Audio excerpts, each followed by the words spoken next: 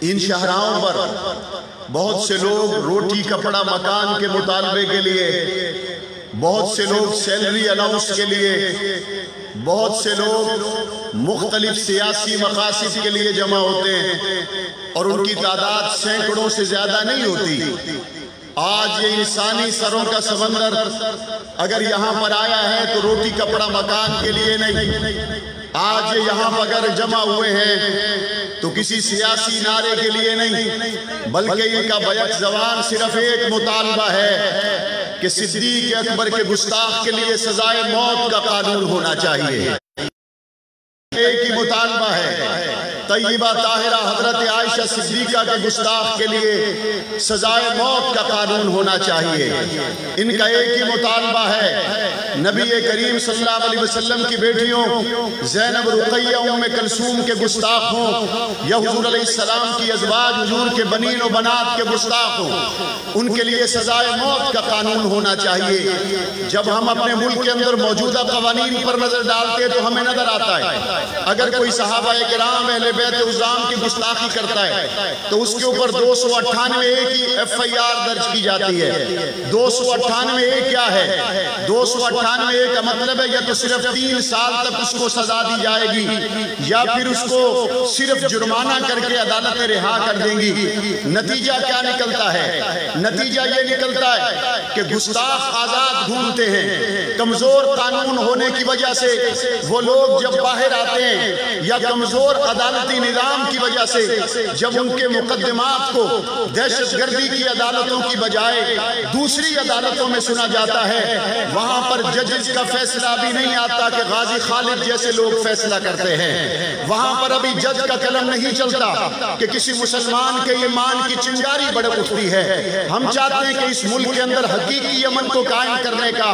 واحد راستہ قانون سازی ہو سکتا ہے۔ اس ملک کے اندر قانون سازی ہونی چاہیے۔ اگر 302 قتل کرنے والے پہ لگتی ہے اور 302 کی سزا صرف 1 سال یا 2 سال یا 3 سال ہو، آپ خود بتائیں 302 والا بندہ 2 سال کے بعد اگر باہر آ جائے تو ظاہر ہے کہ پورے ملک کے اندر قتل کے واقعات زیادہ ہوں گے، ظاہر ہے پورے ملک کے اندر انسانوں کی جانیں محفوظ نہیں رہیں گی۔ اسی طریقے سے حضرات صحابہ کرام امہات المؤمنین کے گستاخ کے لیے اگر کمزور قانون ہوگا تو ہمارے پاس اس محل کے قریب ایف آئی آرز ہیں جن کے اندر نبی کی ازواج کو گالی دی گئی، جن کے اندر نبی کے اصحاب کو گالی دی گئی۔ اسلام آباد کے اندر کی جانے والی گستاخیاں،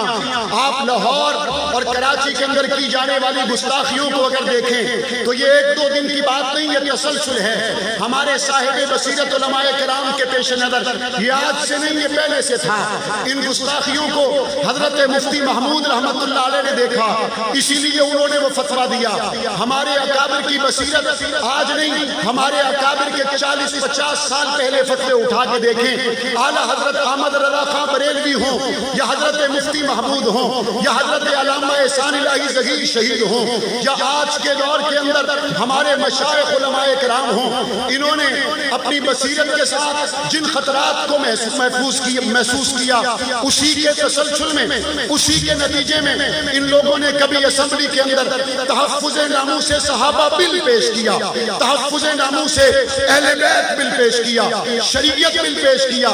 آپ لوگ سن چکے ہیں وہ ملعون جو اعلان کہتے ہیں کہ ہم خلفائے ثلاثہ کی خلافت کا انکار کرتے ہیں، وہ ملعون جو اعلان کہتے ہیں کہ جناب حضور کی بیٹیاں 4 نہیں، حضور کی بیٹیاں 3 ہیں، وہ ملعون جو اعلان کہتے ہیں کہ تحفظ بنیاد اسلام جس کے اندر خاتم النبیین کو لازمی کہا گیا، جس میں اللہ کی توحید کے تحفظ کی بات کی گئی، جس میں صحابہ کی عزت کی بات کی گئی، جس میں حضور کے بیٹے اور بیٹیوں کی بات کی گئی، اسی زمین پر وہ ملعون موجود ہے جو کہتے ہیں اس مقدس ڈاکومنٹ کی جگہ پنجاب اسمبلی نہیں بلکہ اس مقدس ڈاکومنٹ کی جگہ گھر ہو سکتا ہے۔ میرے نبی صلی اللہ علیہ وسلم کے صحابہ کی شان میں گستاخیوں کا یہ سلسلہ چلتے چلتے یہاں تک آج پہنچا۔ آج پورا ملک سراپا احتجاج ہے، پورے ملک کے عوام اور خواص سراپا احتجاج۔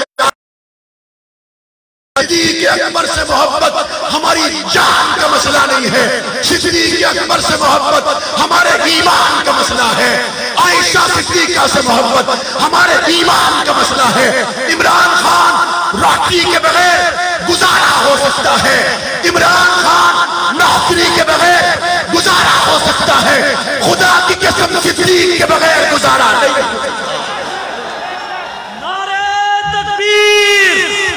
نعرہ تکبیر، صداقت صدیق اکبر، مصطفیٰ کے ہم سفر، مصطفیٰ کے ہم سفر، چرچے ہیں جس کے عرش پر، چرچے ہیں جس کے رکھے ہوئے ہیں مفتی منیب الرحمان صاحب، مفتی تقی عثمانی صاحب، ڈاکٹر عادل صاحب، مظفر حسین شاہ صاحب، اورنگزیب فاروقی صاحب، حنیف جالندھری صاحب، علامہ ابتسام الہی ذکیر صاحب، قاضی عبدالرشید صاحب، آپ صدیق اکبر کی غلامی کے لیے آواز دیجئے گا، آپ کا پسینہ گرے گا، ہم خون بہانے کے لیے تیار ہیں۔